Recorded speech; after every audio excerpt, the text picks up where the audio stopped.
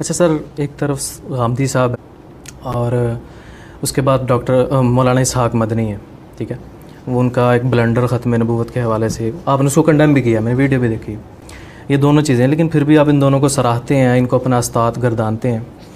تو سر میں یہ کہنا چاہ رہا ہوں، ٹھیک ہے، کہ آپ جن علماء کی غلطیوں کی نشاندہی کرتے ہیں، کیا ایسا نہیں ہو سکتا کہ ان کی غلطیوں کی نشاندہی کے بعد ان کی جو اچھی بات ہے اس کی ستائش کر دی جائے؟ آپ کو اچھی بات بتائیں ان کی، میں کرتا ہوں، میں آپ کو نام پیش کرتا ہوں، آپ ذرا ان کی اچھی بات بتائیں.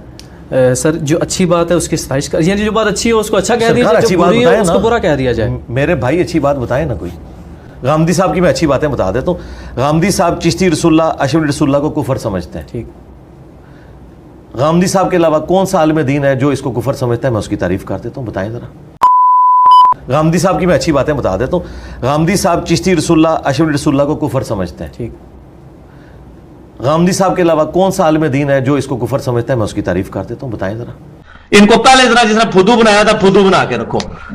بابوں کی بات کر رہے ہیں، آپ کے بابے جنہوں نے الامداد رسالے میں اشرف علی رسول اللہ کلمے کو انڈورس کیا. اس نے جواب میں شریف تھانوی نے کہا کہ اس واقعے میں تسلی تھی، واقعے میں خواب پلس بیداری، واقعے میں کہ جس کی طرف تم رجوع لاتے ہو، یعنی میں تمہارا پیر، بیعون ہی تعالی، یعنی اللہ کی مدد سے متبع سنت ہے، یعنی تیرا پیر سنت پہ ہے، اس لیے تو نے پیر کے نام کا کلمہ پڑھا ہے. ہم اس بیچارے کو تو کہہ کچھ نہیں رہے، ہم بابی کو نہیں کہہ رہے، بابے کو کہہ رہے ہیں.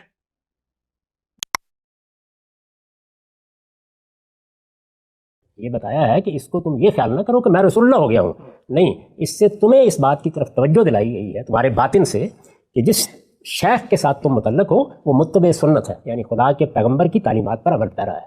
یہ بات ہے، بڑی حکیمانہ بات ہے، اس کا اپنا ایک مقام ہے.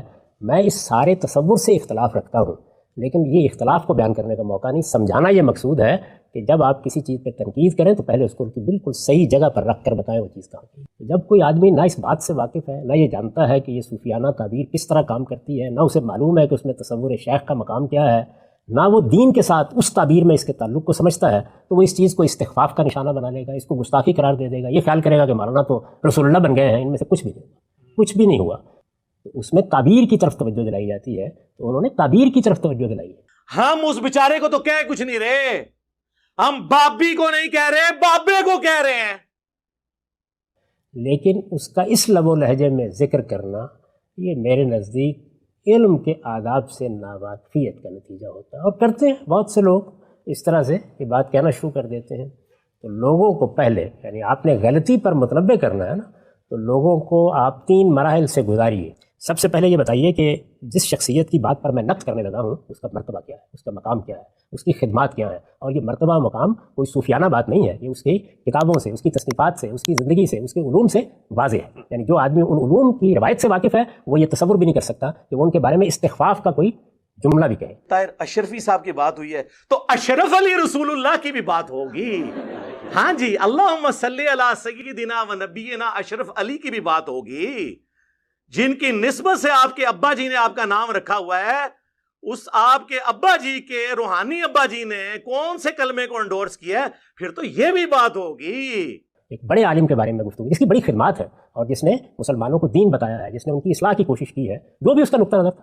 یعنی مولانا اشرف علی تھانوی کے نقطہ نظر میں 10 باتوں پر مجھے اختلاف ہو سکتا ہے، لیکن پہلے مجھے یہ بتانا چاہیے اپنے مخاطبین کو کہ یہ اس عظمت کا آدمی ہے جس کے بارے میں بات کرنے لگا ہوں، تاکہ وہ اپنی روایت کی عظمتوں سے واقف بھی رہیں اور انہیں معلوم بھی ہو کہ یہ اس طرح کی چیز نہیں ہے کہ ہر آنے والا جب چاہے آ کے استہزاء اور استخفاف کا نشانہ بنا لے. پھر مجھے یہ بتانا چاہیے لوگوں کو، یہ دوسرا مرحلہ ہے. پہلا مرحلہ جب مکمل ہو جائے تو پھر مجھے بتانا چاہیے کہ دیکھیے جس شخص کے بارے میں میں بات کر رہا ہوں، جس شخصیت کے بارے میں، اس کا اپنا تصور کیا ہے چیزوں کو دیکھنے کا، یعنی اس کا اپنا فریم ورک کیا ہے، وہ کہاں سے چیزوں کو دیکھتا ہے. اگر کسی فن سے متعلق ہے وہ جملہ تو اس پورے فن کا پس منظر مجھے بتانا چاہیے، اور اگر وہ دین کی کسی سے متعلق ہے، اصلاح و ارشاد سے متعلق ہے، تو اس میں اس کو پورا پس منظر بتانا چاہیے. بابے تے شاہی کوئی نہیں، بابے تے شاہی کوئی نہیں، کدی توسل اندرے ہو سانو بابیاں دی. پھر عرض کر دوں کہ مولانا اشرف علی تھانوی کا نام لیتے وقت ہمارا سر جھکنا چاہیے ادب کے ساتھ. آپ کے بابے جنہوں نے الامداد رسالے میں اشرف علی رسول اللہ کلمے کو انڈورس کیا. جب کوئی آدمی نہ اس بات سے واقف ہے، نہ یہ جانتا ہے کہ یہ صوفیانہ تعبیر کس طرح کام کرتی ہے، نہ اسے معلوم ہے کہ اس میں تصور شیخ کا مقام کیا ہے،